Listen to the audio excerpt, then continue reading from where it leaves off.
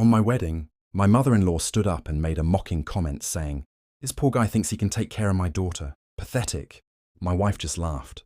I didn't say anything, but this morning, my phone rang off the hook with 13 missed calls. I never thought I'd share this on Reddit, but after what happened today, I need to let it out. My wife Eva and I got married last Saturday. We kept it pretty simple, rented a local place and invited about 80 guests. Nothing fancy, but still nice. Eva looked gorgeous in her dress, and everything was going great until the toast started. To give you some background, I own an auto repair shop.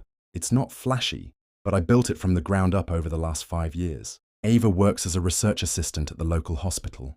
We're not wealthy, but we're comfortable and happy. My mother-in-law, Becky, has always looked down on me because I work with my hands and didn't go to college. During the toasts, my best friend Santiago had just finished his speech when Becky took the microphone. She had been drinking champagne all evening, and I could tell from her expression that this wouldn't end well. Eva squeezed my hand under the table. "I'd like to say something about this happy couple," Becky said, her tone sarcastic. The room fell silent. "You know, when Eva first brought Daryl home, I thought it was just a phase. I mean, really, a mechanic. But here we are 3 years later, and my daughter is actually marrying him." People shifted uncomfortably in their seats. Eva's sister, Haven, looked horrified. "This poor boy thinks he can provide for my daughter." "Pathetic," Becky said louder. Eva had so much potential. She could have married someone successful, someone with a real job. Instead, she's settling for a grease monkey, who probably can't even afford a decent house without a mortgage. I remained calm but felt my jaw tighten. Eva stood up so quickly that her chair toppled over. "How dare you?" Eva yelled. "Daryl built his business from nothing.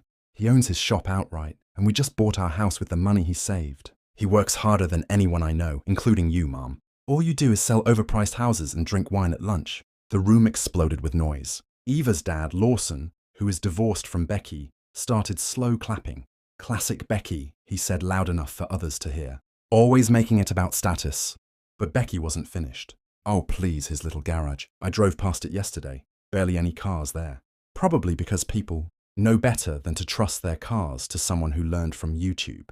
Videos instead of real training." That's when I noticed something strange. Several guests were looking at their phones and whispering. Santiago caught my eye and mouthed, "Check your phone." I had 13 missed calls, all from different numbers, all within the last hour. "You want to talk about my business, Becky?" I stood up slowly, my voice steady. "It's funny you mention it being empty yesterday. Why?" "Because we were closed for my wedding weekend. But since you brought it up, how many of my customers have you been talking to? Because suddenly they're all calling me about concerns they supposedly heard about my work." Becky's face turned pale. Brittany, her best friend and business partner, suddenly found her plate very interesting. Eva was scrolling through her phone, her face getting redder. "Mom, why are there posts in the neighborhood Facebook group questioning Daryl's certification? Posts from your account." I was just trying to protect you," Becky stammered. "He's going to drag you down to his level, living paycheck to paycheck, never moving up in life." Haven stood up next. "Mom, stop. Everyone knows Daryl's shop is the most trusted in town. You're just mad because he wouldn't undervalue his house when you tried to be our realtor." The wedding photographer was capturing all of this. Good. I wanted proof. "Becky," I said calmly, "I've kept quiet about a lot of things out of respect for Eva, but you just showed everyone exactly who you are. And now, I don't feel the need to stay quiet anymore." Ava's cousin began recording on his phone. Becky noticed and yelled, "Don't you dare film me! This is a private family matter." "Private?" I laughed. "Like those public Facebook posts you made about my business, or the calls you've been making to my clients." I held up my phone, showing the missed calls. "You've made this very public, Becky, and now you'll face the consequences." The wedding went on after Becky stormed out, followed by a very apologetic Brittany. The rest of the night was actually wonderful. People kept coming up to show their support, and Eva's dad gave an unexpected toast about how proud he was to have me as a son-in-law. But this morning, my phone blew up with messages. It turns out Becky's been busy for weeks, systematically contacting my clients with concerns about my business. She even tried to get my shop certification checked by making false complaints. The thing is, she has no idea what she started. I've built my reputation through hard work and honesty. She built hers through fake kindness and social climbing. We'll see which one lasts longer. Eva is completely on board with my plans. After seeing those Facebook posts, she said, "Destroy her, babe. I'll help. I'll update when there's more to share. Right now, I need to return some calls and start documenting everything. Becky wants to play games with my livelihood. Game on. Update. Thanks for all the support on my last post. A lot has happened since the wedding disaster, and you guys were right. It wasn't just about one nasty comment. What I've found out in the past week makes my blood boil." Quick recap. My mother-in-law, Becky, stood up at our wedding reception and basically called me a broke loser who couldn't provide for her daughter, Ava. I stayed quiet then, but my phone blew up with calls afterward. Well, now I know why. Yesterday, I was at my office going through some emails when my friend Santiago walked in. He looked uncomfortable, which is unusual because he's usually the most laid-back person I know. He sat down and said, "Bro, we need to talk about your mother-in-law. It turns out Becky's been going around town telling everyone my business is failing. But that's not even the worst part. She's been actively contacting my clients, warning them about financial problems with my company." Santiago heard it from his cousin, who was about to sign a contract with us but backed out last minute. I felt my hands shaking as I opened my laptop and started checking my recent cancellations. 5 major contracts all pulled out within the last month. All of them had worked with Becky's real estate agency for their properties. That's when it clicked. She's been using her position to sabotage me. I called Ava right away. She was at work but came straight to my office. When I showed her the evidence, she went dead silent. Then she pulled out her phone and started scrolling through her texts.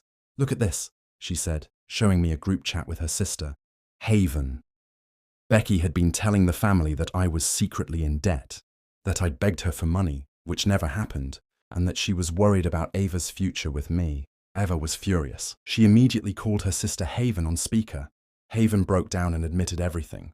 Becky had been planning this for months. She'd been spreading rumors about my business at every family gathering, every real estate meeting, every country club event. She even told Haven's fiancé to think twice about investing in my company. We decided to confront Becky at the weekly family dinner. Big mistake. The moment we walked in, I could tell she knew something was off. Ava didn't even wait for everyone to sit down. She just pulled out her phone and started playing a voice recording Haven had sent her. Becky talking trash about me to a potential client. Becky's face changed from a fake smile to rage in seconds. She started yelling about how she was protecting her daughter and how I was beneath their family. Ava shouted back that Becky was just jealous because her own business was struggling while mine was growing. That's when Becky dropped the big threat. She'd been gathering evidence of my shady business practices and threatened to expose me if we didn't end our marriage. I stood up slowly. The room went quiet. I looked Becky straight in the eyes and said, "You really want to play this game? Because I promise you, you won't like how it ends." She sneered and accused me of threatening her. Ava's dad, Lawson, who's usually quiet, suddenly spoke up. "Becky, you're making the same mistakes you made with me. Stop it." Becky threw her wine glass at the wall and stormed out. On the drive home, Eva was shaking with anger. "End this," she said. "End her whole career if you have to. I'm done with her games. I spent all night making calls." Turns out Becky's reputation in the real estate world isn't as spotless as she pretends. Her partner, Brittany, was especially interested in our conversation. Seems like Becky's been hiding some interesting secrets from her too. This morning, I registered a new business. By next month, there's going to be a new real estate agency in town. Brittany's coming on board as my partner. We're going to take every client, every listing, every contract that Becky thinks is safely hers. The best part?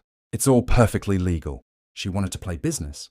Let's play. I know this might seem petty to some, but when someone tries to ruin everything you've worked for, you don't just sit back. You fight back harder. Eva's blocked her mum on everything. Haven's sending us all the dirt she has on Becky's business practices. Even Lawson called to share some interesting information about how Becky operates. The calls that blew up my phone after the wedding. Those were clients calling to warn me about what Becky was saying. They're all coming back now with signed statements about how she tried to interfere with our contracts. This is just the beginning. Becky thinks she can bully us into submission. She has no idea what's coming. I've learned that sometimes the best revenge isn't some complex plan. It's just giving someone enough rope to hang themselves with their own actions. I'll update when there's more to share. Right now, I need to focus on setting up the new agency and making sure Becky learns why you don't mess with someone's livelihood. Update 2. Don't share this elsewhere. If you want to know what happened before, check my post history. Well, karma really is something else. It's been 3 weeks since my last update, and watching Becky's life fall apart has been interesting. I promised Ava I wouldn't do anything illegal, and I haven't. I didn't need to. Becky's been doing a great job of ruining herself. Remember how she stood up at our wedding and called me pathetic? Called me a poor guy who couldn't provide for her daughter? Well, guess who just lost their biggest client because they couldn't keep their mouth shut about other people's finances? It started small. Santiago, my friend who works in local advertising, mentioned that Becky had been bad-mouthing me to anyone who would listen at the Chamber of Commerce meetings. She kept telling people I was living off her daughter's money and that my business was probably a front for something illegal. The irony. While she was running her mouth, I was quietly building relationships with the same people she was talking to. Then Haven, Eva's sister, came over last weekend. She was crying. Turns out Becky had been using Haven's social security number to open credit cards since Haven was 18. Haven only found out when she tried to get a car loan. Eva was furious. We spent the whole weekend helping Haven file reports and repair her credit. Haven's staying with us now, and Becky's been blowing up everyone's phones. But here's where it gets good. Brittany, Becky's business partner of 15 years, came to my office yesterday. She discovered that Becky had been taking money from their shared commissions. Not huge amounts, but enough to notice. When Brittany finally checked their books, she was furious and wanted advice about ending their partnership. I didn't have to do anything except listen and point her to a good accountant. The real estate community here isn't big. Word spreads fast. 3 of their biggest listings have already left for other agents. Becky doesn't know why yet, but she's been having loud arguments on her phone in public. Eva recorded one outside the grocery store where Becky was yelling about betrayal and ungrateful kids. Ava's handling it better than I expected. When Becky showed up at her lab yesterday, screaming about how we were turning the family against her, Ava calmly walked her to the parking lot and told her mum, "You're having a mental breakdown. Get help or don't contact me again." Lawson, Eva's dad, finally told us why he really left Becky 8 years ago. Apparently, she'd been running the same credit card scam with his elderly mother's identity. He found out, forced her to pay it all back, and divorced her. He never shared this with the kids because he didn't want them to hate their mother. Well, that's all out in the open now. I did make one active move. I hired Brittany to handle the real estate side of my business expansion. She's actually excellent at her job when she's not under Becky's control. We're opening 3 new locations next month. The same week Becky's office lease is up for renewal. The Chamber of Commerce meeting last night was interesting. Becky stood up to make some announcement about local business ethics, probably aimed at me, but nobody was paying attention. People were literally turning their backs and chatting among themselves. She finally stormed out, screaming about how we'd all regret this and how she made this town what it is. Haven showed me Becky's Facebook posts from this morning.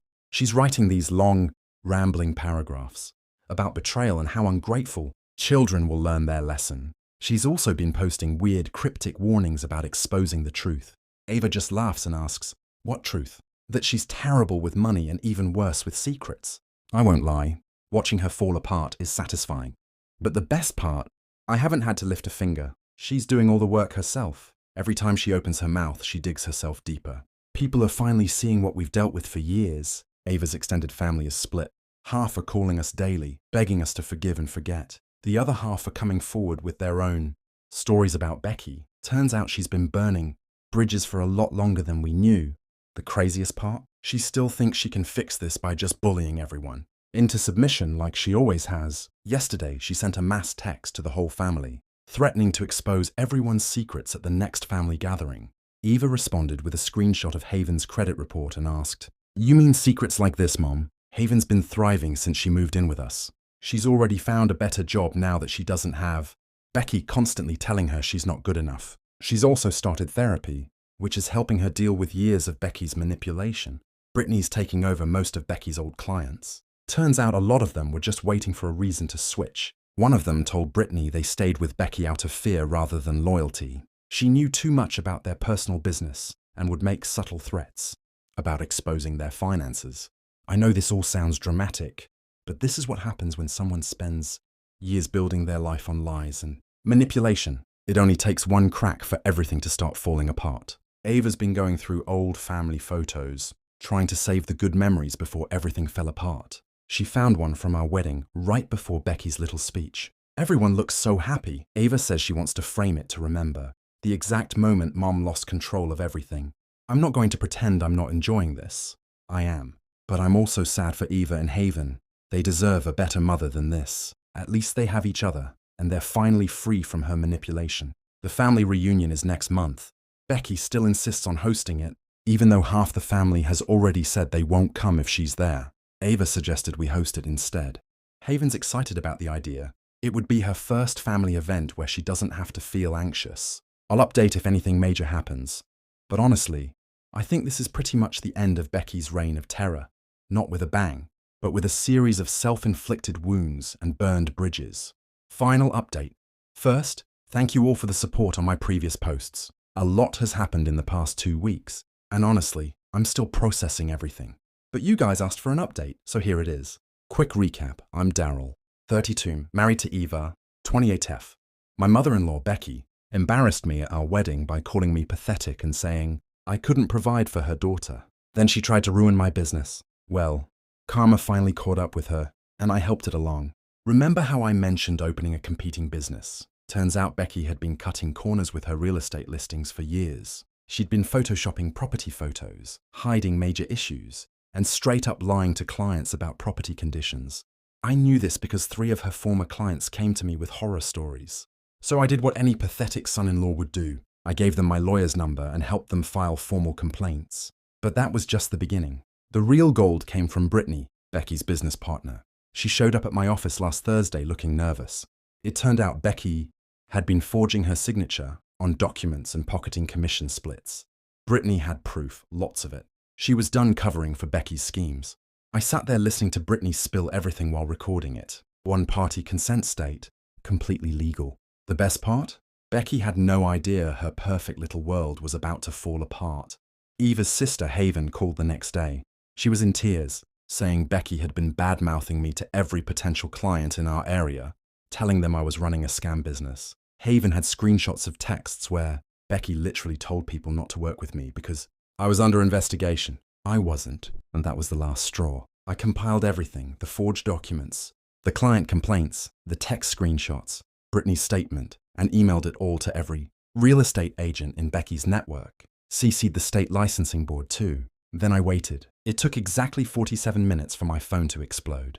Becky burst into my office around noon, screaming that I was trying to destroy her. The whole building could hear her. I just sat there smiling, remembering her words at my wedding. When she finally ran out of steam, I played the recording from my wedding speech, the one where she called me pathetic. Quite the performance, Becky, I said. Almost as good as today's. She turned pale. You set me up! I leaned in closer. No, Becky, you did this to yourself. I just made sure everyone saw who you really are. That's when Ava walked in. Perfect timing as always. She'd brought lunch, acting surprised to see her mother there. Oh, Mom, I didn't expect to see you here. Having a nice chat with my pathetic husband. Becky turned to Eva, trying to play the victim. Your husband is trying to ruin me! He's turned everyone against me.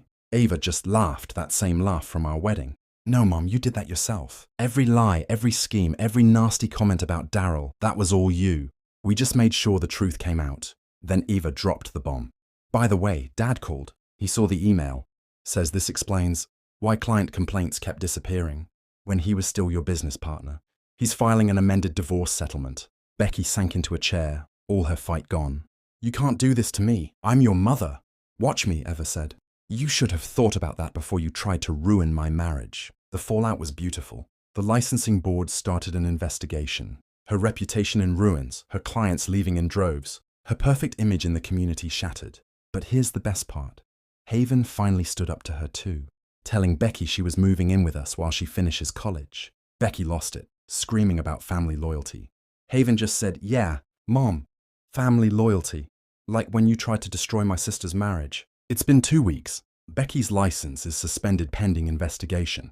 Her business partner, Brittany, took half their clients. The other half? They're coming to me. Turns out being pathetic doesn't matter when you run an honest business. Ava's dad, Lawson, called yesterday. He was laughing. I always knew someone would expose her eventually, he said. I just didn't think it would be my son-in-law. Good job, kid. The icing on the cake? Becky's precious country club friends got the email too. She's been asked to take a break from their weekly gatherings. Apparently, they don't want to associate with someone under investigation. Last night, Eva and I celebrated with takeout and wine on our back porch. Haven joined us, finally relaxed after years of walking on eggshells around her mother. She asked if we felt bad about what happened to Becky. Eva looked at me, then at Haven. Mom made her choices. She chose to be cruel, to lie, to hurt people. Now she's facing the consequences. That's not our fault. I couldn't have said it better myself. So here we are. My business is thriving. Eva's research is going great. Haven is flourishing away from her mother's influence. And she's learning that karma hits harder when you help it along. To everyone who said I should have confronted her at the wedding, this was better. Much better.